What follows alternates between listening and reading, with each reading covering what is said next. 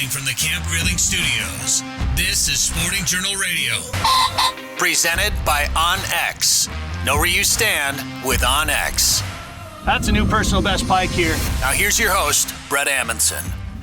That's right. Welcome to the show. Thanks for watching this on Facebook, YouTube, Rumble, Instagram, or maybe you're listening to this on the Sporting Journal Radio Network. Thank you for tuning into this station right here. Or maybe you're downloading the podcast on any of the podcast apps that you can get the show. Thank you very much. I'm Bret Amundson. That's Dan Amundson and David Eckhardt over there. How you guys doing?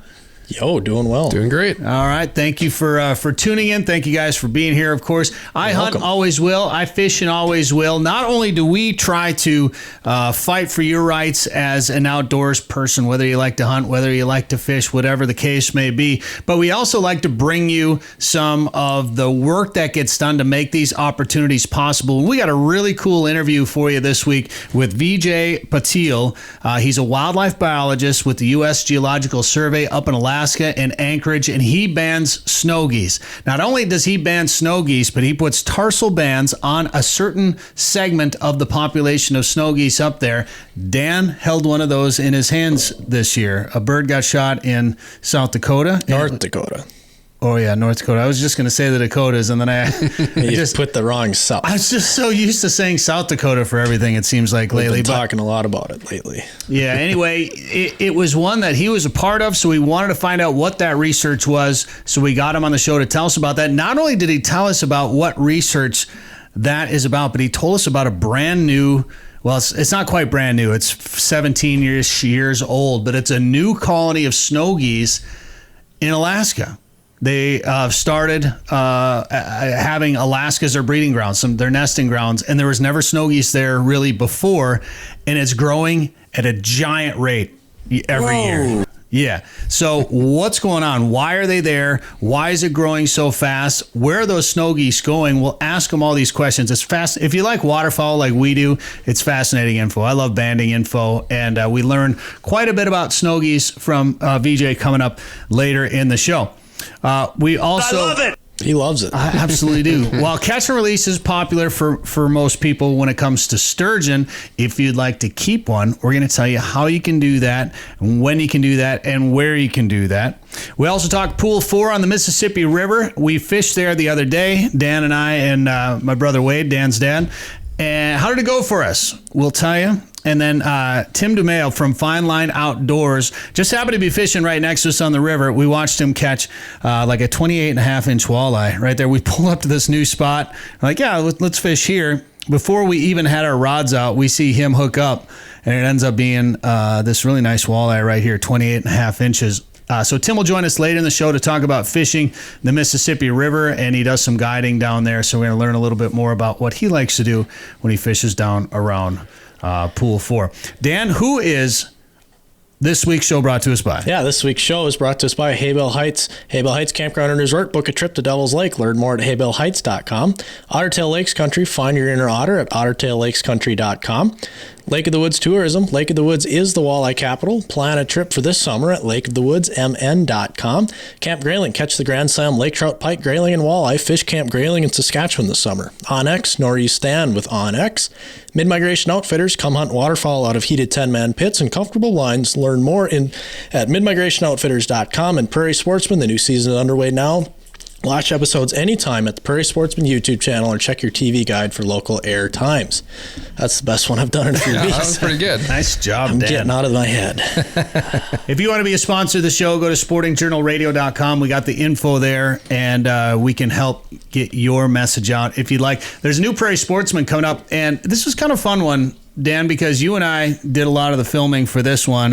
This is a bow hunting episode that we filmed, and really we just kind of went out and filmed a bunch of stuff while we were hunting, and I kind of looked at it and I was like, this would be a good story to talk about why I bow hunt. And I grew up gun hunting, And once I switched the bow, I never really looked back. Like I'll still use a rifle once in a while if I'm in the right area and I can't bow hunt for whatever reason, or I'm just trying to meat hunt or something like that. But why do I enjoy bow hunting? We'll talk about it on the new episode of Prairie Sportsman coming up. And as you saw there in that video footage, there's also some research going on in the Twin Cities about fox and coyotes and how they interact with each other and why more people are seeing fox in the metro area and why they're headed there. Tune in Sunday night at 7:30 p.m. on Pioneer PBS, or watch the show starting Sunday on the brand new Prairie Sportsman YouTube channel. No. No. Guess not. Wow. Alex Trebek doesn't want to watch it, I guess. All righty. That's great. David, do you mostly bow hunt for deer, or what do you like to do? Bow hunt and muzzleloader. Oh, yeah. So the last few years I've gotten more into the muzzleloading. And I mean, living in the shotgun zone, which sounds like it's not happening anymore, it sounds like. yeah, Is that official now? I don't know if it's official yet or not, but I've heard a lot of talk about it. What's this now? Yeah, they're getting rid of the shotgun rid of only. the That's shotgun. been the rumor that's been going around. I thought that got shot down.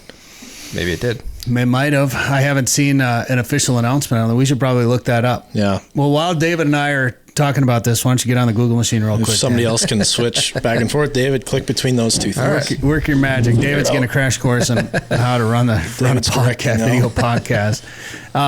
Why? I mean, I can tell you some of the reasons why I like to bow hunt. I'm not going to give them all away because I want to do it on the Prairie Sportsman episode this Sunday night. Make you tune in. But, you know, obviously, number one, you get to hunt a lot longer, David. Yeah, you get the... Good There you job. go. See, there it is. You get the full season, and I don't know. I find more reward out of closing that distance and making a good shot and being able to trick an animal into 20 yards and being able to make an ethical shot, quick kill, and I don't know. That's why I like it. You get so much natural behavior from wildlife that it There it is. I guess it is going. It's on its way. it's not okay, official, so it's not but for sure yet, but it's It hasn't been shot down. moving along moving according to along. the Star Yep. Tribune, it looks Yep. like. Oh, and 2 fishing lines on the Minnesota River? Yeah. Oh, look at that. Breaking David, you news. never fish the Minnesota River. So. I know. Interesting. Well, there you go. Potentially an end of the shot. And from what I've had a few conversations with the DNR about this, about why there's a shotgun only zone in the southern part of Minnesota. And I always thought it was a safety issue because it's the prairie, right? So there's nothing knocking bullets down like trees or hillsides or something like that. But obviously down in the bluff country, there's plenty of hills down there. So it became more about making it more challenging to shoot a deer. And less about safety. It was like, well, let's give him a shotgun and see him try to kill some deer, and your chances go way down using a shotgun versus a rifle. But it sounds like that's all going to change now. So Potentially, yeah. I think a lot of people are happy. Some people are not happy. Like I've seen a few petitions going around on Facebook about it, saying, "Well, we can't have this. This is terrible." And I'm like, I'm just going to sit back here and keep my mouth shut. Grumpy old men don't like change. Yeah, So, well, and I hate shotguns for deer hunting. I hate it. Absolutely junk. Terrible. I've missed broadside deer at 30 yards shooting a smoothbore shotgun at them. Are we sure that's the gun? Yeah. Got a bent barrel. And possibly the guy shooting as well. barrel. But I literally would have preferred having my bow with me that day when I shot at that buck with I did it on Prairie Sportsman, as a matter of fact, missed a nice buck with the shotgun, and I would much prefer having a bow with me. And it's funny that you bring up an ethical shot, David. And I probably told this story on the air before, and I'm not going to talk about who I was talking to or where I was, but I had a conversation with somebody one day, and it was a younger kid, and he hunts down south, and he hunts deer with dogs apparently, which I didn't even know, must be down the southeast somewhere. And he said that a pack running deer down with dogs, hunting dogs, is more ethical than bow hunting. I find that. I don't believe I heard you say that. I kind of bit my tongue for a while. I'm like, nah, it's not worth getting into it with this kid. And then finally he kept saying it. And I finally stopped. And it was a room full of people. And I just stop. Everybody stop and listen. I have a very important message. You're an idiot. Like what? What do you mean? A pack of dogs ripping apart a deer is more ethical than taking, double lunging a deer with a 320 foot per second bow. Come on. Or a heart shot. Yeah. I've seen them tip over in 50 yards, Couldn't believe it. Anyway, I love to bow hunt. Watch the episode Sunday night on Pioneer PBS or on the YouTube channel. Red Lake's got some new limits, Dan. They do. They're back to the 4-fish 1/20. These regulations have continued to change year after year. It's bounced back and forth between, I think last year it was 3 with 1/17. We've seen years where it's been 4 with 1/17 until like December, where you keep 1/20. But now it's 4 for the open water season. It's going to be 4 1/20. You can read more at sportingjournalradio.com. We have all the information straight from the Minnesota DNR on our website. Check it out at that place and see my little mug there. That place? It's by sportingjournalradio.com. I already said it once. I don't need to say it again. That place. That place. So read all about it there. But if you're going to Red Lake for opener or at any point this season, that's what you can keep. 4 fish, 1/20. I was definitely in fishing mode, about a week ago or so. We fished Red Wing. We fished the Rainy River. Like some of the most spring fishing I've probably ever done, we've done this year. And now I'm just like, I got turkeys on the brain like crazy. And I just found out I'm going on a pretty epic turkey hunting trip with Corey Loeffler here, and you're probably going to hear all about it next week here on Sporting Journal Radio. So tune in or watch it, because not quite sure where we're going to be. We're sleeping in a tent for about a week, chasing turkeys around in 5 states, 4, 5, 6 states. I don't know. I'm not sure. We might end up in Argentina for that. I have no idea. Your passport hasn't come yet. You're not in here. You're not going to Argentina. Okay. I'll make it as far as Texas probably. But we'll be doing the show probably on the road next week right here. So tune in on this station or watch us. Watch us on YouTube or Facebook or anywhere else that you get the show. All right, coming up, we got some really cool snow goose research with Vijay Patil. He's a wildlife biologist at the USGS up in Anchorage. And we're also going to talk fishing sturgeon and walleyes with Joe Henry and also Tim Domaille, all coming up on Sporting Journal Radio. Devil's Lake is legendary, and this summer has been legendary for walleyes. Don't miss out. Call Haybale Heights Campground and Resort today to book one of their modern cabins on East Bay. The cabins are furnished with a full bathroom, kitchen, and all the amenities like high-speed internet, and are clean following CDC guidelines. Staying at Haybale Heights gives you full access to a private boat launch, fish cleaning station, and beach area. Learn more at haybaleheights.com. That's haybaleheights.com. Plan your trip to legendary Devil's Lake today. Well, our time on the Rainy River may have been brief, but this part of spring is always kind of brief up there. That little extension you get for walleyes, and then it turns into sturgeon, and that's what's going right now. Although the weather, I just saw an image from the Rainy River from somebody up there, and it didn't look much better than when we were up there with Joe Henry, who joins us now from Lake of the Woods Tourism. Joe, it sounds like winter doesn't want to let go right now. Well, luckily the sturgeon don't care too much, and that's a good thing. I think it's time for a sturgeon. They call it a sturgeon excursion. But I'll tell you what. The sturgeon season right now, it's really kind of cool because the walleye season up at Lake of the Woods ended on April 14th. It goes through April 14th. So then from April 14th to the Minnesota fishing opener, you can still fish sturgeon, and that's what a lot of sturgeon anglers almost wait for that spring walleye season to be over. Oh yeah. So there's less traffic on the river. Yeah, I hear that all the time from the sturgeon guys, and I'm in a couple of the different sturgeon groups too. And I think Darren Troseth posted the other day on Wednesday an image of a guy snow blowing his dock. He made the comment about the Royal Dutchman is getting ready for spring or something. I can't remember what it was, but I know a lot of guys wait for the walleye fishermen to leave so they can go there, and it's not a long wait at the accesses there. And I say it over. I know I've said it before. I'll say it over and over again. Catching a fish that could be 80 inches long. That's amazing. No matter where you are. Well, and if you look at this picture we have on the screen here, it's kind of cool too because this you can see that the Rainy River has really made progress. So the whole river is open, 4 Mile Bay is open, and then heading into the lake, there's a lot of open water in the lake. So some of the sturgeon anglers are actually fishing at the mouth of the Rainy River where the ice pack is on the lake, and it's just kind of a unique time up there right now. And obviously most people are using the old sturgeon rig, which is a 18-inch lead of 60-pound test line and a no-roll sinker, usually 3 to 5 ounces.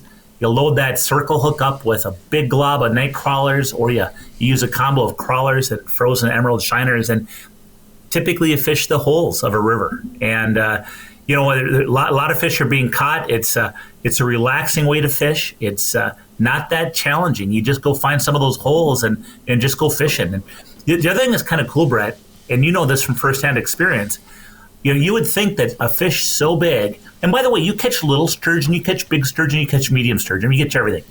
You get suckers too, right? But kind of an inside joke. But you know, the funny thing about it is when those big sturgeon hit, they tap that rod just like a sucker would or a catfish or something, right? Yeah, and then they end up being giants. You can't tell. It's not like because it's such a big fish, it's going to take and just bend your rod over right away. It's a little tink, tink, tink, tink, tink, tink. You know, and then what you do with that circle hook is you don't set that hook real hard. What you do is you just tighten up and you reel and get tight. Because what happens is that circle hook, if it's down in the gullet or down in the throat of a sturgeon, the purpose of that circle hook is to slide out and then end up hooking, you know, that sturgeon right in the lips. So that's perfect. It's a good conservation hook, actually. Now, most people are catching and releasing those sturgeon, but there is a keep season coming up, and obviously the population can support this keep season, and really the numbers of fish that get kept is relatively small, isn't it? Well, the DNR, yes, it is. And the DNR really keeps close tabs on it. So if you wanted to actually catch a sturgeon that you could potentially keep, you know, the way most people cook them is they smoke them, and they're a real rich meat. You know, the keep season begins on April 24th, and it goes through, I think it's May 7th is when the keep season goes through. Now, you can keep a sturgeon that's 45 to 50 inches long, or you can keep one that's over 75 inches. Now, in order to do the keep season, what you do is you have to purchase a sturgeon tag. They're very inexpensive. And then if you harvest a sturgeon, you get one sturgeon per calendar year. You actually tag it like you would a deer. And it's really kind of a neat thing, but they keep real close tabs on it. They normally never reach their quota because most people are doing catch and release. If you're going to do catch and release fishing, you don't need to buy a sturgeon tag. It's only if you plan on keeping one. Well, I just got a new smoker, so I would love to, I'm big on catch and release, especially for the big fish, but I would be okay with trying sturgeon in this new smoker again that I got. And the way I understand it too is that fish is big enough to get a healthy amount of meat for consumption, but it's also not digging into the breeding population too much. It's right at the beginning of that, if I remember correctly, something like that. I think you're spot on that. And again, the DNR really isn't concerned about the number of sturgeon being kept. You know, we have a very ever since the Clean Water Act and you know, they're not netting sturgeon anymore. The commercial fishing on Lake of the Woods is no longer. You know what? All those things combined have created an incredible sturgeon population. So we not only have a lot of fish, we have a lot of big fish. They track the sturgeon really closely, and they can see those fish getting bigger and bigger and multiplying. And the reason I was smiling, Brett, is because the one time I harvested a sturgeon for smoking, a buddy of mine worked at a meat market in central Minnesota. Oh, hey, I'll take it to our meat market and get it smoked. So yeah, he took it to the meat market and got it smoked and brought it home to all my buddies. And you know, about 5 days later, when I finally got a hold of it, that thing was 3/4 gone. They said it was real good. Well, that kind of happened to me too. Last time when we kept one a few years ago and we did it for Prairie Sportsman, but it's good and such a unique fishery up there and the opportunity. So it's people should check the regs, but there's a keep season and then another catch and release season, and then it closes because they start to spawn here in mid-May. Is that about right? So April 24th to May 7th is the keep season. May 8th to May 15th is catch and release only. And then starting on May 16th is when the closed season begins. That goes all the way through June. So starting on July 1, you can start fishing sturgeon again. So you know what? It's kind of cool because that sturgeon season goes all the way to, you know, through May 15th. Well, the fishing opener for walleyes is May 14th. So it's really perfect timing. And of course, then everybody's gonna be all excited about catching walleyes again. Yeah. Can we go back? I'm ready to go back. Whenever you are. This weekend? Yeah. Hey, I will say this. Our weather, you know, going up there, hey, we're supposed to get numerous inches of snow, 35 degrees, 35-mile-an-hour winds, blah, blah, blah, blah, blah. Kind of intimidating. But I will say, we got that ice fishing gear on. We got out on that boat. we had a hoot, didn't we? Yeah, absolutely. And that suit I got is warm, and I didn't get cold. I got a little saturated at the end because of the kind of that rain snow mixture that we got there at the end. But I didn't get cold at all. And we were in the one boat that didn't have a top. I think Jamie's boat had a top, had a heater. He had a I think he had a live band in there or something. We were eating food. It was luxury. Cooking steaks. I didn't want to go back to the lodge. Well, I remember. So Jamie had that boat, and then remember we saw got Alex with the Hughes craft. Oh yeah. And remember, he had literally an enclosed room, and they were sticking their head out the window laughing. I think Steve was coming out there. Yeah. No, it was fun. And you can see that video of us fishing on the Rainy a couple weeks ago up there before the walleye season closed during our 500th show celebration up at Riverbend Resort. You can see that on YouTube right now and see how we caught fish. And in fact, we'll make them, if they haven't heard yet, we changed tactics, and all of a sudden fishing just was on fire for us. But we're not going to tell you what it was here. You have to go watch the video. Go to the Sporting Journal Radio YouTube channel and watch our, what do we say, walleye, Rainy River fishing tips in a snowstorm. You'll know it when you see it. I got to tell you, though, I did talk to somebody right after we fished, and I'm not going to give away the technique, but they use that same technique. When I tell you that they caught more than 10 fish over 28 inches, and some of them were over 30 inches in a 4-hour period. Unbelievable. They hit it right. The water warmed up just a little bit. There was a window there, but they use that same technique. And so I tell you, it was game on for those guys. Well, Joe, yes, if people want to learn more about fishing the Rainy River for sturgeon or walleyes, or gearing up for the fishing opener coming up in May, the walleye opener in May, what should they do to get more info? You know what? Everything's on our website. Check out the Lake of the Woods Tourism's website at lakeofthewoodsmn.com. Northern Minnesota's Walleye Factory is a year-round world-class fishing destination. The perfect getaway this summer is just a short drive to Lake of the Woods. Fish Big Traverse Bay, the Rainy River, or visit the unique Northwest Angle. To catch big fish, you have to go where the big fish are. Plan your trip to Lake of the Woods at lakeofthewoodsmn.com. That's lakeofthewoodsmn.com. Well, snow goose hunting in the spring, or even in the fall for that matter, has become one of my favorite waterfowl activities. I think snow geese are fascinating. The journey they go through, the big flocks, the massive amount of numbers, and just the resiliency of the species overall. And the fact that we have to have a season, or we've had a season, a conservation order on them in the spring to reduce population numbers. It's just, they're a pretty hardy bird. And the more and more I learn about them, the more interesting they get to me. And Dan was on a hunt recently in one of the Dakotas, we'll say, and you guys shot a banded snow over there, Dan. Yeah, we did. It was a pretty unique bird. It's one we probably won't see ever again in our lives. We had it was a juvenile snow, but it had this special green tarsal band, and if you're a waterfowler, you know how special that is to see. And we were all pretty jacked up, and it was pretty special, but we didn't know a whole lot about it until we got the banding report. And it's just, they're cool to see, and it's fun to get the information on them and learn more about them. They're considered a trophy, but to me, that information's the coolest piece about them. So. Absolutely. We rarely see banded snows in general, but to see one with a tarsal band. Now, I know your Photoshop skills. I was like, all right, Dan. They're not that good. Well, that's true. Ask anybody. They'll tell you. That's a pretty special bird to see, right? And then, when we were talking to our buddies about it a little bit, we learned, it's a young bird. Gosh, I didn't know there were tarsal bands going on, snows or young snows. So I did a little bit of research. I talked to Nick Dawkin, who I've gotten to know over a couple years, and he's up in Alaska doing research up there. And then he said, this is the guy to talk to. He's the guy behind this research, and it's Vijay Patil, and he joins us now here on the show. He's a wildlife biologist with the U.S. Geological Survey up there in Anchorage, Alaska. Vijay, thanks for coming on the show. Yeah, thanks for having me. So how do you get excited when you see reports when like, oh my gosh, that was a bird that I banded and that's where it got shot? Wow, that's really cool. Do you get excited about that? Like hunters, like what Dan was talking about is, me personally, I love learning about the migration patterns and where these birds have gone, what they're doing, learning about their habits, how old they are. I love learning about that stuff. Is it work for you, or do you get excited about that stuff? Oh, no, I love it. It's one of my favorite parts of the job.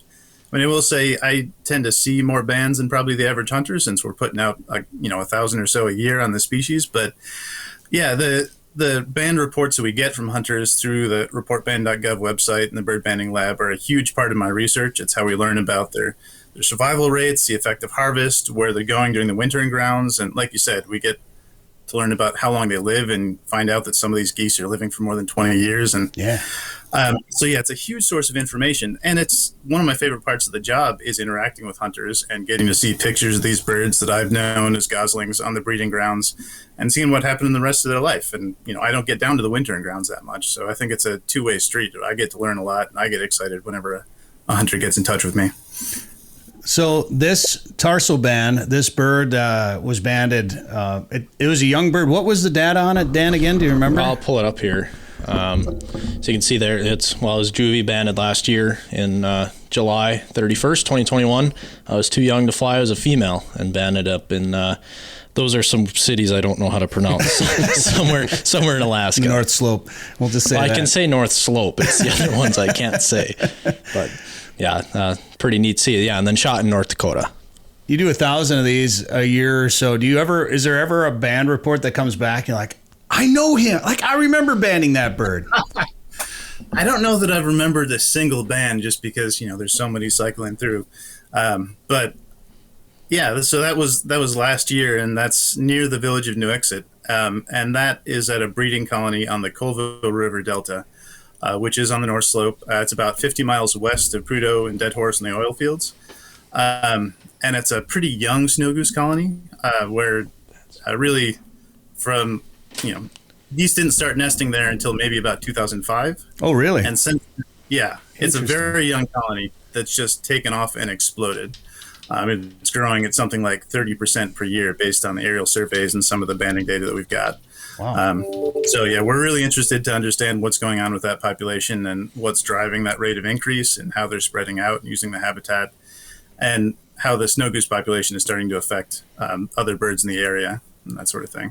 So is that basically the reason for this research that's going on then right now? Well, that is sort of the focus now. I will say this project, the banding project that bird was banded for, started as a project to understand really climate change effects on waterfowl breeding in the Arctic. So we wanted to look at reproductive success and mortality associated with year-to-year changes in the timing of when the snow melts and when the birds are able to start nesting, and when the vegetation starts to green up and grow and how that affects the goslings. But as I said, when we first started this work, there were hardly any snow geese nesting in this delta, in this population. And then as the snow goose population established and started to take off, we realized that was really what we needed to focus on and understand, how that would affect brant and other species that are nesting in the same area. That's fascinating. So that's really the focus right now. So do you think that the reason that they started breeding there is because of what they're doing across the tundra? Are these like mid-continent snow geese? Are they just spreading out because of what they're doing to the tundra, the breeding grounds up in the tundra? That's a great question. I will say we don't really have the answer just yet. That's one of the questions that I want to answer the most. So I'm working on some population models now using that banding data to try to understand how much of the growth we're seeing on the Colville and in Alaska is attributed to Alaskan conditions like nesting success in Alaska, and how much of it is due to immigration from outside. And I will say that it's still preliminary, but the results we have right now say that we shouldn't be able to get the rate of increase we're seeing unless there is some immigration coming from another population. It seems plausible that there are central flyway birds they're moving west, and that may have been what started this colony and what might be continuing to fuel this incredible rate of increase. That's crazy. So we don't have that answer yet. And that colony started in 2005, is that what you said? Somewhere around then. Okay. And actually, for the North Slope in general, until relatively recently, there have been hardly any major snow goose breeding areas there. There was a small colony of a few hundred that was near Prudhoe Bay that's been around for a long time, but for decades, the North Slope just was not a major player in snow goose breeding. And the Colville is one of a couple of sites. There's also the Pickbuck River Delta, which is, maybe 50 miles farther to the west, that have established just in the last couple of decades and have really taken off. Yeah. I mean, when I've thought about Pacific Coast snow geese, those are the ones that come over from Russia generally, isn't it? And then you think of the birds that come. Go ahead. Yeah, so there's two sorts of populations that we think of within the Pacific Flyway. There's the Western Arctic snow geese, which include our North Slope birds, but the majority of those up to now have been breeding in Canada, mostly in this colony on Banks Island, which is in Nunavut. And then there's also the Wrangel Island population, which is in Russia. And those birds do kind of mingle with the Western Arctic snows down on the wintering grounds, but they take somewhat different migration paths. So most of the Wrangel Island birds are kind of migrating down along the coast, whereas our birds are heading east, kind of staging in the 1002 area or around there for a few weeks in the fall and merging up with these Banks Island birds. And then they kind of head south past the Rockies through the prairies in Alberta in that area, and then kind of split and mostly go into like California and Central Valley, but some of them go to wintering grounds that are farther to the east where they're sort of overlapping with Central Flyway birds. Okay, this wasn't a planned question, but how do these birds know where they're going? I think that's a question nobody seems to have an answer for. Like, are they using the magnetic poles? Are they using landmarks? Are they following other birds? How do they know where they're going? Is it imprints? Yeah. That's a great question. And, for different birds, the answer seems to be different. So a lot of birds are able to sort of navigate based on magnetic field lines. With the snow geese, based on their migration tracks, it does kind of seem like they're following these landmarks where they're sort of heading down along the Mackenzie River Delta and then, along the edge of the Rockies and then splitting down from there once they get down into the U.S. So I think a lot of it is sort of geographic, and, they do seem to be sort of learning from their parents. So one of the reasons why we put tarsal bands on the young females but not the young males from this population is because the females will tend to migrate back up to the breeding colony where they were born, whereas the males will sort of disperse and go to other breeding colonies once they meet up with other folks on the wintering grounds.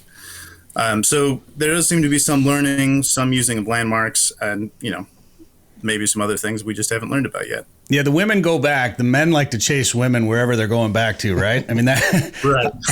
How long do they pick new mates every year, or what? Or is it? Are they kind of? They will stick with the same mate, but if their mate is killed, then they will acquire a new mate. I got a feeling this could turn into a really long interview, so I better, because I love this stuff. So I'm going to keep things. Let's back up to this current research with that tarsal band. Why? Like, how many birds are you banding, and how many are getting the the metal leg bands, and how many are getting the tarsal bands? Yeah, so as I said, we try to band about 1,000 new birds each year, and this is a banding program that's been going on for a little over a decade. We've been banding every year since 2011, except for 2020, where we had to cancel because of COVID. And each of those birds that we capture gets a metal band, and then when we recapture them in subsequent years, we can write down the metal band number and get some information about survival and fidelity to the site and that sort of thing. And then, as I mentioned, we've only been putting the tarsal bands, the plastic green guys, on the young females. And that's because our main interest was being able to re-site these birds when they came up to the breeding grounds. And we just weren't able to do that with the males because they were, largely going somewhere else. And we don't like to disturb the birds or add tags or markings to them unnecessarily unless we've got a specific purpose for it. And since that was our specific purpose, we decided we're only going to add that extra band to the young females since we have a chance of seeing them. So every young female basically is getting one of those then? Yeah, exactly. Gotcha. And, that being said, although, we did it mostly for our purposes resetting up north, it's still, we get a lot of useful information from folks down on the wintering grounds, even if you don't see the bird or shoot the bird and report it. we have birders who take pictures with their telephoto lens and can give us the combination, and that still gives us great information about the population status and survival rates and all that.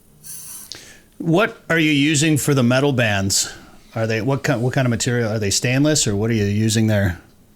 So different bird types of species will get different types of bands, but we do have aluminum metal bands that we put on these birds, and they last for an incredibly long time. Are neck collars still being used, or has that gone away? Yeah, so neck collars for the most part are not being used for this type of resighting, so you don't see these big plastic neck collars too much anymore. They tend to be a little bit harder on the birds compared to the leg bands, and so again, we're trying to minimize impacts wherever we can. We do still use some neck collars that are outfitted with GPS trackers. There's some really incredible technology now where these lightweight collars with little solar panels so the batteries last forever. They can automatically transmit to and send out location data on the cell phone network. So we can get all this great remote migration information from these birds. Could you tell me where those are right now, by any chance? That'd be great. I think that study's pretty much wrapped up. I don't think any of the collars we put out are still online anymore. Okay. Unfortunately, but it is an incredible source of information. I mean, the technology that we've got now is just remarkable compared to a decade ago. Yeah, I shot a mallard a couple of years ago that was part of a research study here in Minnesota that Bruce Davis did, and he was putting backpacks on, a bunch of them, and unfortunately he had just put it on about 2 weeks before the season started, and I ended up shooting it early in the season, so there wasn't a lot of data, but what was there, and I apologized to him. He goes, no, this is good because we're recovering the equipment first of all, but we'll still be able to take everything we've learned off of that. And the study was to determine how much hunting pressure actually forced birds to migrate. And so they were able to determine on opening weekend, the bird traveled about 7 miles to another marsh. We figured due to hunting pressure, but then we could figure out what fields it was going to. It was a hen mallard. We figured out what fields she was going to feed in, where she was roosting. I mean, you could figure out the daily pattern of this bird. Even for the 2 weeks, it was just a wealth of information that was just fascinating. So he sent me a little map with all the lines of where this bird went. And then after a couple of days in this other marsh, it flew back to the original one after the hunting pressure, I suppose, kind of died down, or maybe it got kicked off of that one and pushed back over, or whatever the case may be. But it didn't leave. It didn't migrate because of hunting pressure in any case. There it is right there. And it was so funny because, well, I've told this story in the show before. I don't need to get into it, but I was hunting with a bunch of buddies, and one of them, they had gone out to eat the night before. We had gone out to eat the night before, and one of the guys left his car keys at the restaurant. So that morning we were getting ready to pack up and head home, and he had to go back to the restaurant to get the keys. Well, everybody else on the trip was like, let's go and, have a beer and some lunch or whatever. And I said, well, I'm going to stay here and just kind of hunt in the morning. And I ended up sending him a picture of this banded mallard with a backpack on it, and they were all pretty jealous of that. It was pretty comical. Awesome. But yeah, and like you say, like we get a lot of information, even just short-term behavioral information of movements in the habitat from these birds, even if they get shot right away. So we don't want hunters to feel nervous about calling in a bird with a radio tag or something like that. And I know sometimes folks really want to keep the tag because they want to have a mount with this really cool thing on the bird, and most of the folks I know who put out radio tags like that have some dummies sitting around, dummy tags. So if you call it in, we want the tag back because it's expensive and there's lots of data, but usually we'll be happy to send you something that looks just the same so you can get that mount set up the way you want it. And I got a replica for mine, so that was great. And that's important. I mean, all that data, that's important. I mean, obviously you get some from birders who just spot these birds here and there, but you want to hear from people. I mean, that's the whole point. Like, hunters basically are the number one source of info for researchers, aren't they? Absolutely. I mean, waterfowl banding is really like the largest citizen science research program that I know of going on today. So we couldn't do the analyses that we do and understand the population status of these birds without the input from hunters calling in these bands. So we talked about this relatively new population of snows that you've been researching, and it's been growing 30% a year, and some of that is most likely due to an influx of birds that were maybe breeding somewhere else in the northern regions up there. But overall, the hatch has been pretty good. Or how was the hatch this year up there? This year, I don't know. And or last year, I guess. Unfortunately, we weren't there for nesting last year, so I don't have those numbers. But just based on these aerial surveys that are done each year during the brood rearing period, the population, was almost double during the brood rearing period last year from what it was in the aerial surveys the year before.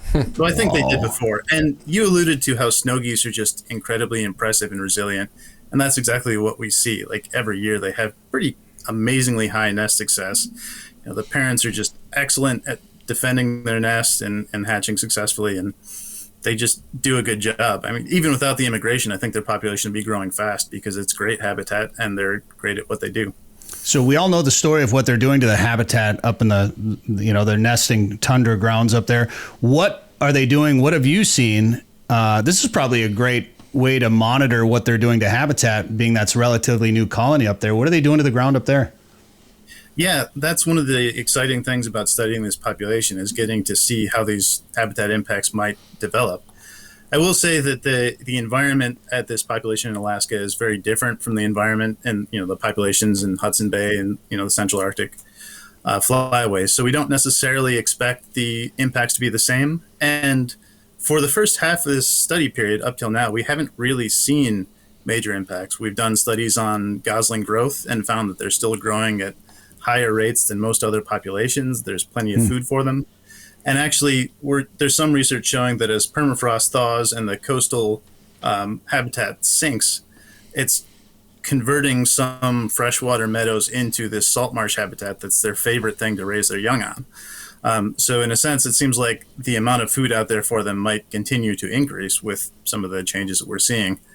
But I will say, we've just in the last couple of years, as the population has gone, through the roof, we are starting to see major changes in the vegetation. We've got grazing impact transects set up and to measure long-term changes. And that's going to be the focus of the work this year. And we're just starting to see those impacts. And I'm really excited to look for evidence of habitat degradation in the next couple of years. Yeah, there's a picture, and Dan, maybe you can do a quick Google search and find this. There's a great picture, and I'm not sure where it came from exactly, but it's a small fenced-off square. You probably know exactly what I'm talking about. And you can see it looks like a golf course around it, and then it looks like CRP inside there, and it's to show the effects of snow geese foraging up there. And I'm guessing that is from this place called La Perouse Bay in central Manitoba. That was actually where I got my start studying snow geese when I was an undergrad. And that was this colony where the population skyrocketed several decades ago. Yep. And you can see that they just totally overgrazed the surrounding landscape. And there what happened was once they had sort of mowed down the vegetation, as the water evaporated from the bare ground, it brought a lot of salt up to the surface. And so it created this sort of salt-killed, highly saline landscape where the plants couldn't grow back. As I said, I'm not sure that that's exactly what's going to happen at our site. One of the differences is the Hudson Bay area, the ground is actually rebounding because it's recovering from the weight of this massive ice sheet sitting on top of it during the Ice Age. Whereas, at our site, the ground is kind of sinking so that this area that can have salt marsh vegetation is continuing to expand.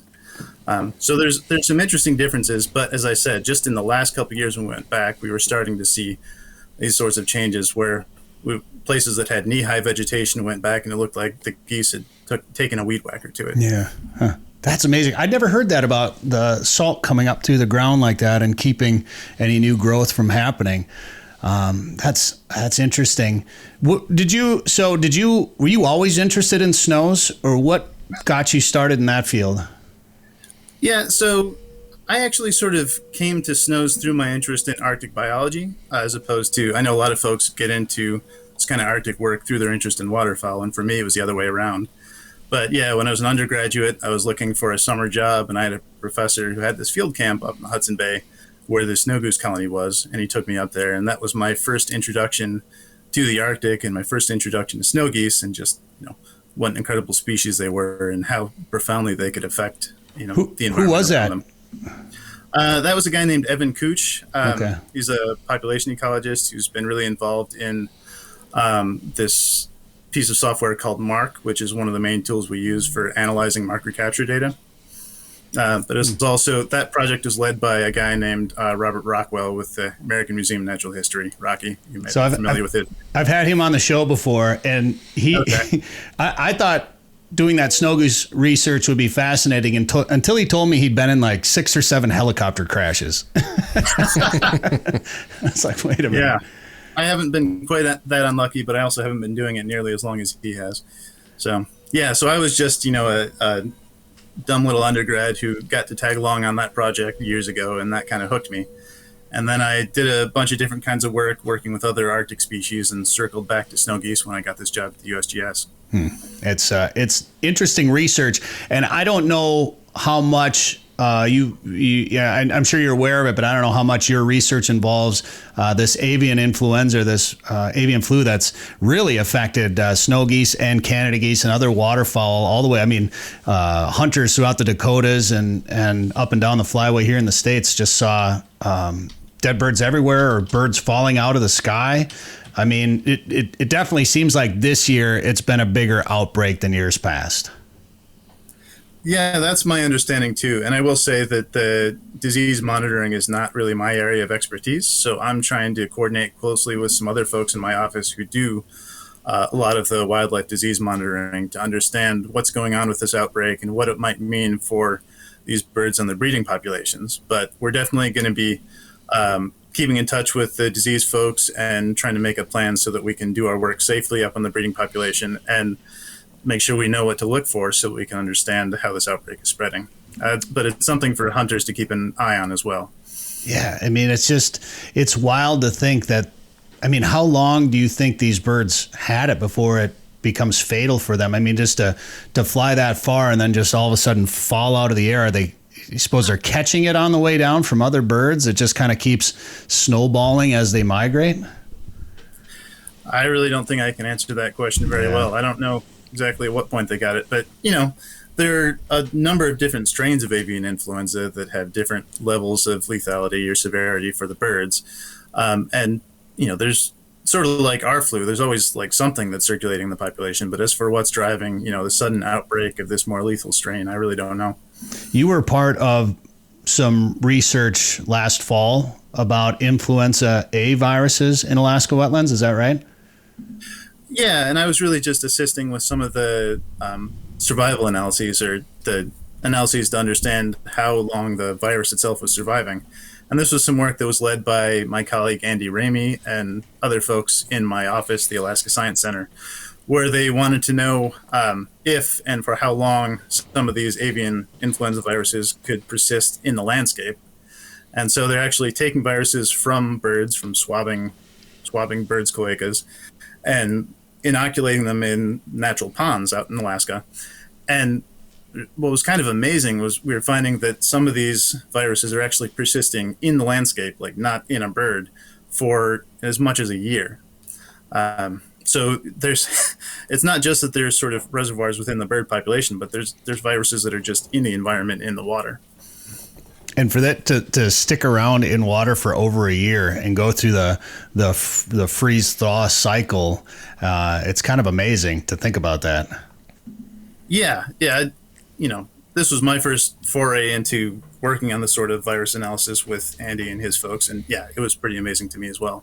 So what you need to do now is next time you put a tarsal band on, you need to take a picture of yourself putting it on there, and then go on a hunt in Arkansas or South Dakota. And then this is have you ever heard this story about Nick Dawkin? He put up, I think, a neck collar on. And I know some other friends with similar stories. Yeah. He put a neck collar, I think it was a neck collar on a speckled belly, on a white front. And then he was on the hunt, or he was hunting with the guys that shot it. I can't remember the exact story, but basically he was in Arkansas, and he was either with the guys that shot it either the day before or that day or something, but they ended up shooting the bird that I think he's got a picture of himself putting the neck collar on, and he was there when it got shot, which is pretty wild. Yeah, and I have another friend, Chris Nicolai, who you might know the name as well. He used to be at Fish and Wildlife. He's now at Delta Waterfowl, who is actually collaborating with us on some of this GPS collar work. And I think he came up to my site to put some GPS collars on snows. And then later on that year, I think he was looking at the data and realized that one of the birds he had just collared was flying over his house down in South. That's crazy. It's fascinating stuff, man. What is there any other wild migration pattern stories that you can share with us? Yeah,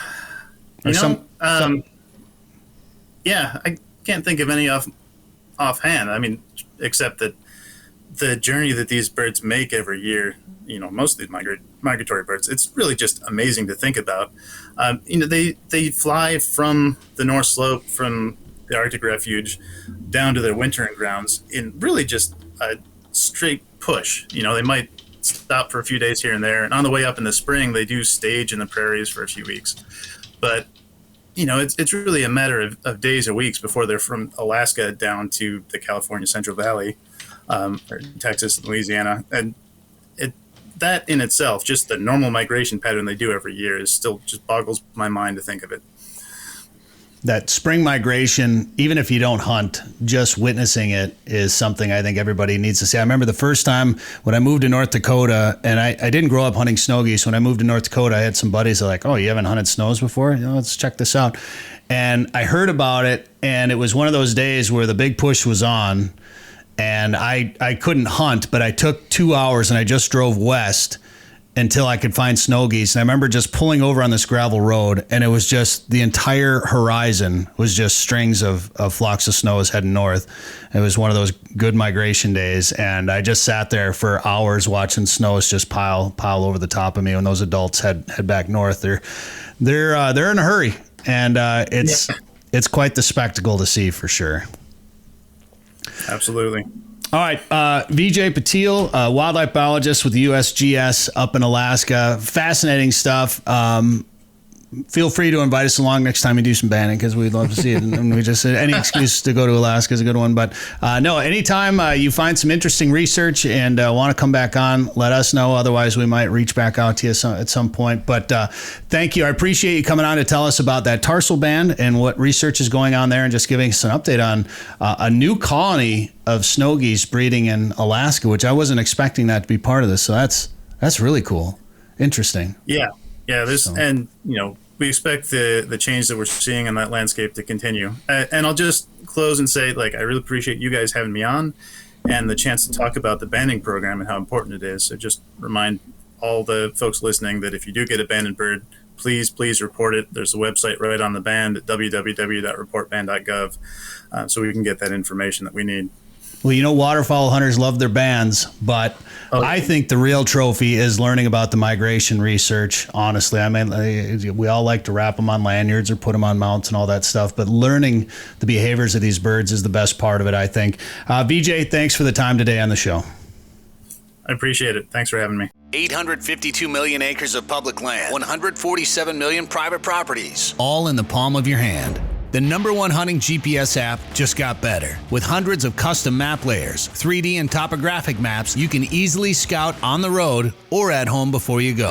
And now you can get important weather details, CWD detection, and even know what crops have been planted where. Get the most trusted hunting GPS app ever made. OnX. Know where you stand with OnX. Did you know there are more than 1,000 lakes in Otter Tail County? Yep, and I'm gonna fish as many as I can. I'm an outdoorsy otter. Nothing beats a full day of fishing for me.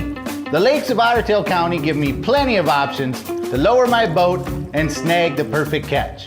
Not an outdoorsy otter? No problem. Otter Tail County has something for everyone. You just need to find your inner otter. To find your inner otter, go to OttertailLakesCountry.com. All right, welcome back. Thanks for tuning in on this station right here on the Sporting Journal Radio Network by downloading the podcast wherever you get your favorite podcasts, or maybe you're watching this. Thank you very much. Make sure you like this, follow it, and subscribe to us. If you like what you hear, share it with your friends. We appreciate that. So last weekend, Dan and I were back with the rents, the family time, for Easter weekend. Well, we like to combine our holiday weekends with fishing, so we went down and fished Pool 4 down in the Mississippi. How did it go, Dan? Well, notice we haven't showed any pictures or anything from it. Yeah, we'll just leave it at that. Man, it was tough, and it was cold. And we had fished, we spent a couple of days on the Rainy, of course, a couple of weeks ago for our 500 show party. And it was cold when we fished the Rainy. It was colder fishing the Mississippi here last weekend when we were down there. I think it was 26 degrees when we launched. Too cold. Something like that. It could have been ice fishing. I don't know. I didn't look at this. I feel I stay warmer if I don't look at the forecast. Yeah. I don't know if that's true. It's not true. Okay. Definitely not true. But we when we fish and we were dragging jigs, and Dan was running Dubuque rig, whatever, and some plastics, and we're like, gosh, we should be trying some different presentations. Honestly, it was so cold. I didn't want to start. I was just lazy. Like it was vacation weekend. We were filming. We had the camera gear out. We were doing some filming, and we probably should have been a little more flexible in our presentations, but we were bouncing around and we weren't seeing anybody catch fish. I don't know how many hours we spent on the river, 6-7 hours, something like that. All day. Yeah. And I think, and it wasn't a ton of boats out there, but there's enough boats that we were keeping an eye on all of them and didn't see any nuts coming out. I think we saw 5 total fish get caught on the river on Saturday, 2 of them being catfish, so those don't count. But we tried a new spot. We motored up the river, and we were just getting our gear out, and there was another boat there. And just as we pulled up, we see the rod bend. We're like, oh, the guy next to us in the boat's got a fish. Ended up being a really nice one. So we pulled up, took some pictures, and got to know him. It was Tim Domaille, who joins us right now. He's from Fine Line Outdoors. Happens to be a fishing guide down there, and it just happened to be a 28.5-inch walleye. And he joins us to talk about that fish and more right now on the show. Tim, how's it going? It's going great. It's going great, Brett. How about you guys? Oh, not so bad. You had a better day on the river than we did. Yeah, I actually, before you guys pulled up, I had about a half a dozen fish that I caught.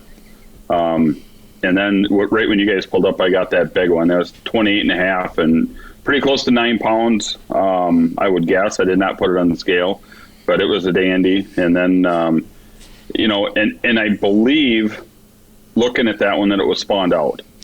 It did not have the big giant belly like you usually see them big 26 to 30 inches. Took a couple pictures, you did that, and then we looked at her and said, she's got to go back in the water, and if she's stressed out at all from spawning, let's get her in the water and catch her again someday. Yeah. And maybe next time she's going to be a 29-incher or 30 and she'll be 10, 12 pounds. So... Yep. You said that when we were looking at the fish, you thought it was spawned out already. I was surprised by that, Tim. Well, so previous in the day, too, I caught some nice eater fish, some saugers, in the 17, 18-inch range. I caught one walleye about 16 inches, and they were males. But I did catch one sauger that was about 20 and a half. And looking at the fish, I'm like, okay, you have extra skin on your belly. And if when I squeezed the belly, there were no egg sacs. Sure. So, I would be 99% sure that was a female and she was spawned out already. Sure. But for the most part right now, fishing's tough. Like you guys saw. The thing is we haven't had stable weather. The water temp has been going up and down and up and down. We haven't had that much sun. And with the moon phase, the fish are spawning right now. And they are spawning hard. So they're a little more difficult to catch. I think that water temp was around 38 degrees, I think, when we were there that day. What had you been on the river much? Did that go down from what it was? Or what have the temperatures been doing? Yeah, it was. I had the spot you pulled up, we were about 40. That's right. And literally about a month ago, 5 weeks ago, we had got to almost 41 degrees. And then we had a lot of runoff, along with cold weathers at night. And what happened was the water temp actually went from 38 to 40 degrees down to 33. And I fished some areas that I was like, you can graph these fish all day long. They're there. They're on the bottom. You get a jig down to the bottom, you pick it up. You're picking up underneath them. They're there. They don't want to eat. They're all screwed up, you know. And then it just starts getting, the water temp starts coming up a little bit more. It starts doing a little bit better. But we still need the sunny days. You know, if you look outside kind of behind me right now, and you get wherever you're at, it's cloudy, it's rainy. Tomorrow's supposed to be, you know, mid 50s and sun. So that should warm things up. 70 something on Saturday, right, with a little chance of rain and windy, of course, which is fine. It'll warm the water up. But then next week we're back into the 40s. So, you know, the water will continue to warm now because of its color. It's got some really good color to it. You can see about 8 to 10 inches down. But presentation right now is a big key that I've been finding. Do you want to talk about what you were doing? Because you were watching people drag jigs and not catching, so you were doing something a little bit different. You know, I started out in the morning at literally first light, and I like to catch them pitching. I like to pitch hair jigs. I like to pitch light plastics, and I like to catch them that way. I love to feel the little thunk when they hit, you know. And I started out in the morning. I pitched a whole shoreline. I pitched up shallow. I pitched deep. These fish right now should be anywhere from that big one I caught in 20 feet.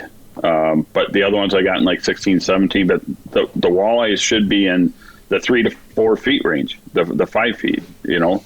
And so what I ended up doing is I never caught one at all, never even had a bite or a hit or anything pitching.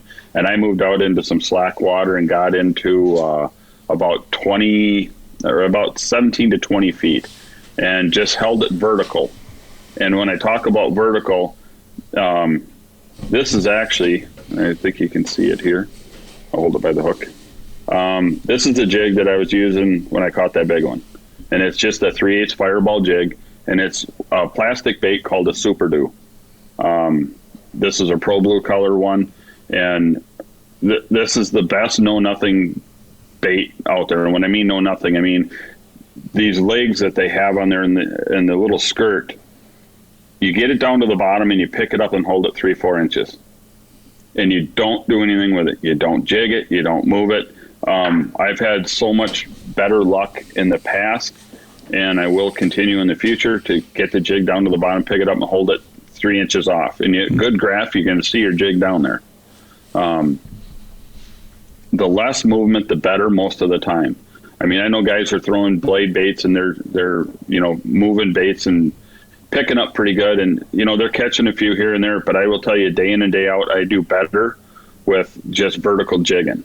You know, whether we vertical jig something like this, which is you know, a paddle tail, and what this does is you get to the bottom, you pick it up and hold it, and that paddle tail wiggle back and forth in the current. So it's basically a do nothing bait. You also have, you know, your typical ringworms. You know, I like dragging these. I like holding them, pitching them. It all works good. These are the hair jigs. This is one of my favorite colors. Blackhead, purple bucktail. And if you notice, there's not a whole lot of bucktail on that. Yeah. You don't need a lot. If you have a bushy bucktail, to me, that's too much. It makes it too buoyant. I tie my own, and if they don't want to hit a bare bucktail, I'll put like a Berkeley power minnow on it, 3-inch power minnow. I do not like to use live bait if I have to. I hate using minnows. Yeah. The reason I don't like using minnows is 2 reasons. One, I hate getting my hands wet. They get cold. The second thing is, I've found out over the years of using live bait when it comes to the minnows, is that a lot of times you're going to have those smaller fish that are going to hit the minnow and they're going to kill it, or they're going to strip the side, or they're going to break it or do something. And you have these little minnows, these little fish that are just hitting the minnows. The plastic baits, that like the Berkeley Power Minnow. This is one of my other favorite one. This is a 3-inch Kitech swim bait. It's on a 3/16 gold head. Vertical jigging, dragging. Really does well. Really does well. I got to say, first of all, thank you. As a guide, thank you for just coming on and like giving us all. This is what I use. This is what I really like. And the best was when we pulled up next to you there, and we were just kind of talking to you, and all of a sudden you just pitched that jig right into our boat. This is what I'm using. Yep. Here you go. That's brilliant accuracy, by the way, too. 3 guys and a really expensive camera in the boat, and you dropped it right between all of us. Yeah. Well, I'm a bass fisherman by like trade, you could say. I love walleye and bass fishing. It doesn't really matter. I fish a lot of bass tournaments over the years and traveled the country 4 years doing it. Yeah, there's a smallie from Mille Lacs, 5+ pounder. Yeah, nice belly. Big fatty. Yeah. But I like to do education. Like when I go out and I take people out, I want to teach them what I've learned over the years. And if people want to know what I use, it doesn't matter to me. I'll tell just about anybody what I'm using. And the reason being is you can have 2 people in the boat doing the same exact thing. Yeah. And if you're not in tune to what you're doing, you're not going to catch them. So, I mean, you have to be very specific on what you do. And I like to be able to educate people and say, this is how you do it. This is what I found that works really well. And there's so many times that I might learn something from somebody else, a client, a friend, another guide, that, the more knowledge out there, the better. Mm-hmm. It's great. So it doesn't bother me to tell anybody what I'm using. I don't really care. No, we appreciate that. And, it was a cold day out there on the river, and talk about not wanting to get your hands wet. Like, we pulled up and we were fishing up kind of by the dam down there, and there was birds flying all over, from gulls to pelicans and cormorants and geese and ducks, of course. And it was kind of cool, and it was kind of slow. So I was taking photos and some video of all these birds whipping around. I'm like, well, at least we got something to watch. And of course, at one point when some of the birds flew over, one of them inevitably pooped on me.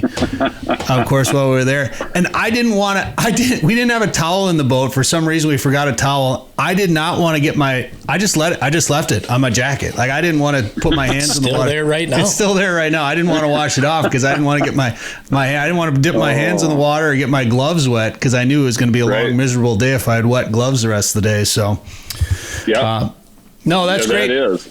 It was cold. Did you fish? You spent a lot of time on that river? I fish a lot. I fish every weekend, and then some other days here and there. Depends on when I have people that clients that want to go out. But I fish all winter long, unless it's below zero. If it's anything above zero, I'll at least go down and fish for a few hours. You're talking about open water. Yep, open water. Go down, usually put in at Everett's Resort, because that resort, the Chris down there does an awesome job of keeping the boat landing open, so that you can put in there anytime. He's a great guy. If you're down there, he'll tell you what's going on, what to do, what to look for, what to use, the whole 9 yards. He wants you to be successful and catch fish too. And I fish all winter long. I like it because there's not a lot of people down there. I can try different techniques. I can hone in on things, follow the movement of the fish, things like that. So it's a blast. It's so interesting to hear you talk about not a lot of people down there, because I have a love-hate relationship with the Mississippi and the St. Croix, honestly, for that matter. River fishing near the metro, and I know you're south of the metro there, the Twin Cities metro, but it still feels a little bit like a lot of people come down there, obviously, when the bite is hot, or in the summertime they come down there, and it gets pretty busy. I've been a part of putting in at Everett's there, and had to walk a long ways from on top of the hill there. And when we've done it, it hasn't even been that bad. Yeah, right. But Chris has a new a field area up there that they park in, and you can get 50 boats up there easy. And then he shuttles back and forth, from the boat landing up, and takes you up to your truck and then brings you back. That's nice. The landings are always kept clear. He's got salt and sand on there so they don't ice up. He's got a bait shop so you can grab bait if you want minnows, if you want plastics, blade baits, jigs, whatever, snacks. He's got everything right there. But I like the winter, like you were talking about, Brad. I like to go down there because like there's nobody there. There's so many days I go down there and Chris will text me and how you doing? I see you're out there. Yep, I'm there at an hour and a half before sunrise, and I'm up fishing 3 to 5 feet of water, and catching walleyes, and there's not another boat in sight, and there won't be anybody. Yeah. Well, it's wintertime. People got to ice fish in the wintertime. It's funny how you can have an open water opportunity like that, and fishing can be really good, but people once they can get their portable out, or they can get their snowmobile that's got auger racks on it and everything, it's all outfitted for ice fishing. That's what they want to do. But then once the ice starts to deteriorate, it's time for open water, and you hit the rivers and then jam those access. It's like a continuous cycle for anglers around here, I feel like. But I think it's neat to be able to fish open water when there's snow on the banks. I think that's a kind of it's not necessarily uniquely Minnesotan thing to do, but it's kind of I associate that with Minnesota. Like, you got to be pretty hardy to be open water fishing when there's snow on the banks and your guides are freezing up, and it's not easy fishing in those conditions. No, it's not. The hardest thing for me is keep my hands warm. Yeah. I usually wear jersey gloves, they're just the brown light jersey gloves. And if I really get cold, I'll put 2 pair on. But a key that I bought over the last couple of years is, and you can see how bundled up I am in that picture. It was cold that day. The wind was raw, and but a heated vest. I bought one of those lithium battery heated vests. And they're Bluetooth with your phone, so you can change the temperature on them. Them things are the cat's meow. Interesting. I mean, it keeps your body warm. And I can't wait to use it for waterfowl hunting this fall and deer hunting. Well, and I want to talk waterfowl, but one more thing. Sure. Put that walleye picture back up, Dan, if you can. If you notice, it does look like her belly is a little bit loose right there. You can almost, she almost looks like she is spawned out. So that would make sense. Yeah, you can see my fingers in the belly, and I mean, there's not much pressure there. And they're sunken up in there. And when I flip the fish over to look at it real quick, after they spawn, if you flip them over, you can look, and the bellies will be like sunk in the middle. And that's exactly the way that fish was. But, great healthy fish. You can tell by the picture that thing was extremely healthy. And I mean, she creamed that jig. There's just no two ways about it. I actually had to get a pliers to get it out because it was down so far you couldn't even see it. Wow. Well, I was wearing my ice fishing gear, and I was surprised to see a fishing guide in waterfowl gear. I actually kind of liked it because I love waterfowl hunting, and being down by Rochester down there. I bet you spent a lot of time shooting geese. I have. I've been a waterfowl guide since '91. I've guided goose and duck hunting here. I've been in Missouri, Southern Illinois. And, we used to shoot geese down here like crazy. I mean, we had weather, we had snow, we had Silver Lake that kept open water so that we would have, like, around Thanksgiving, we'd have like 40, 50,000 geese down here. Wow. And, I mean, we'd plain and simple whack them. But over the past few years, it's gotten a lot tougher. We haven't had the weather. The city is growing, it's pushing things out. And the hunting has been extremely tough. You've had to be mobile and follow them around and get permission to hunt land that's been close to them.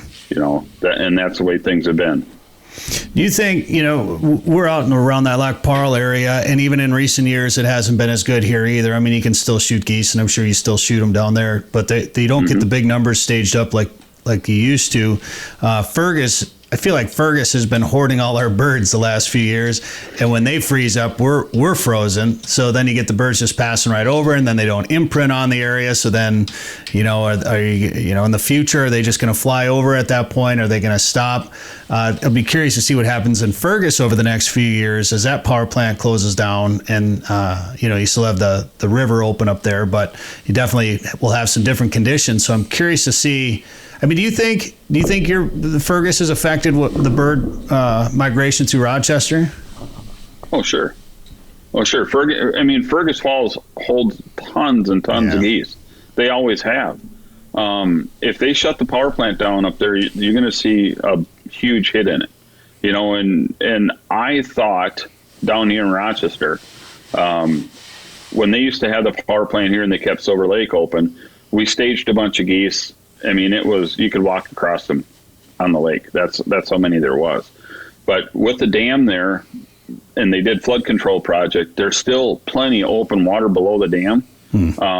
But once they close the power plant down, the geese will stay there, but there's not nearly the numbers. There's maybe a third at the most. And they don't hang around. Well, they're coming down later and later because of the weather and obviously more ag production up in Canada as well too. A lot more food for them up there. So it's changed, but of course waterfowl hunting can still be pretty good. You just might have to put a few more miles on trying to find birds and get on some more land.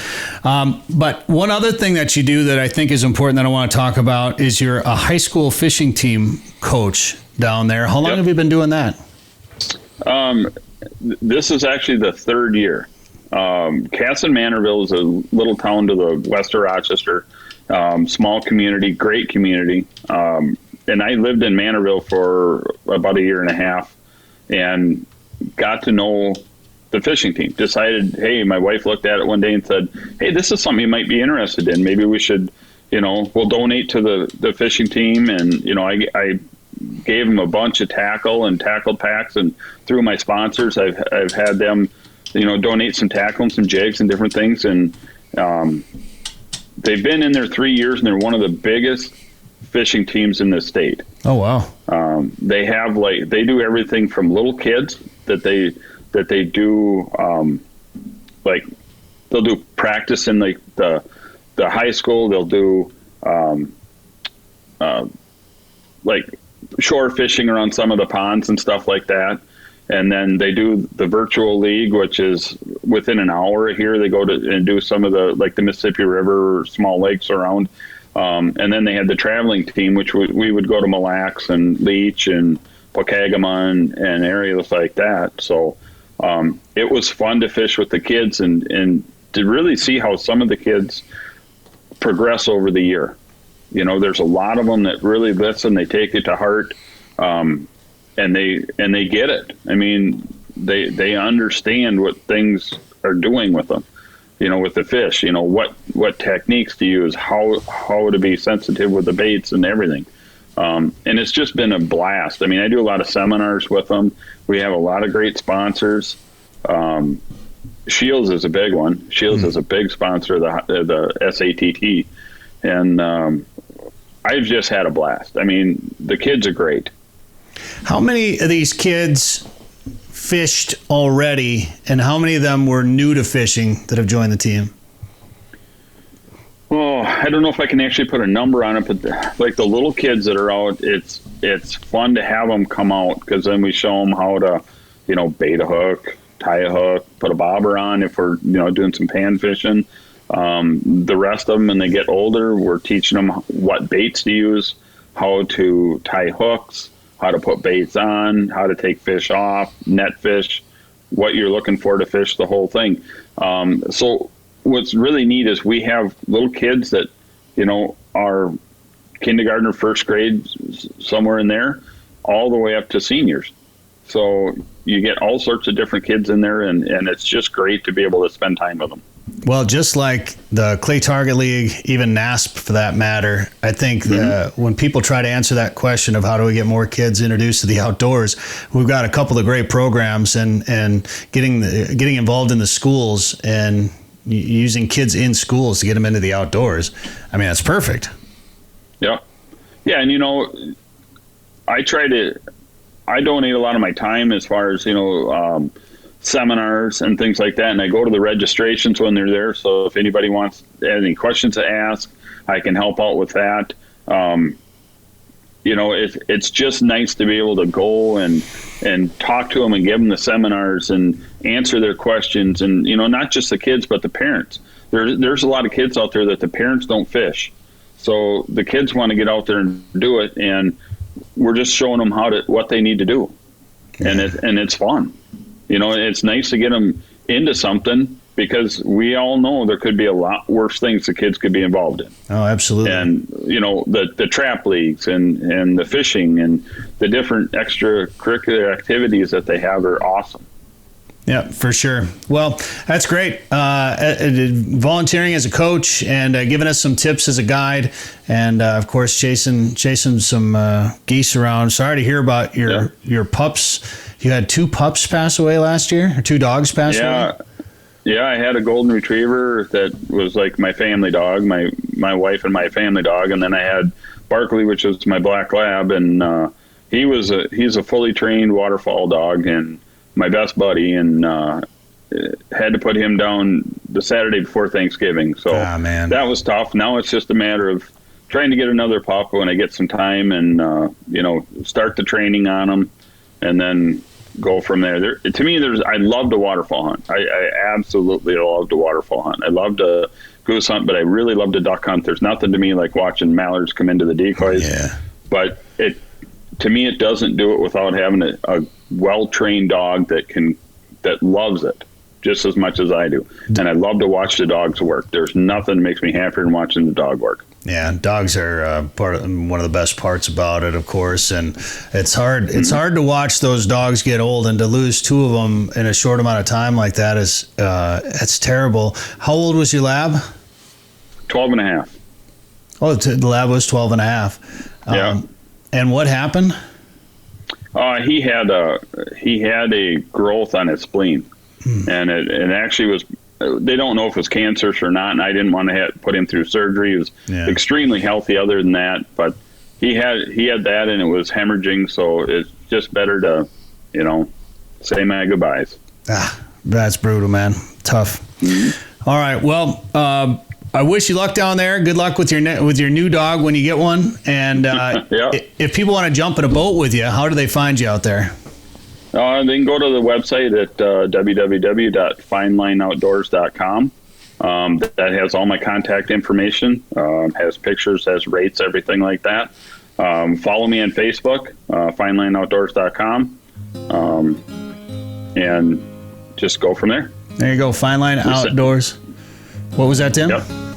Yeah, they can just shoot me an email. There's a contact page on the website, so they can get a hold of me there too. Very good.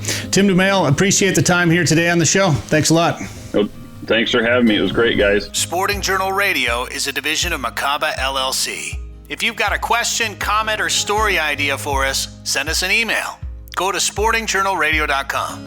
While you're there, you can learn how to advertise on the show and visit our store for hats, hoodies, coffee mugs, and more. Go to sportingjournalradio.com.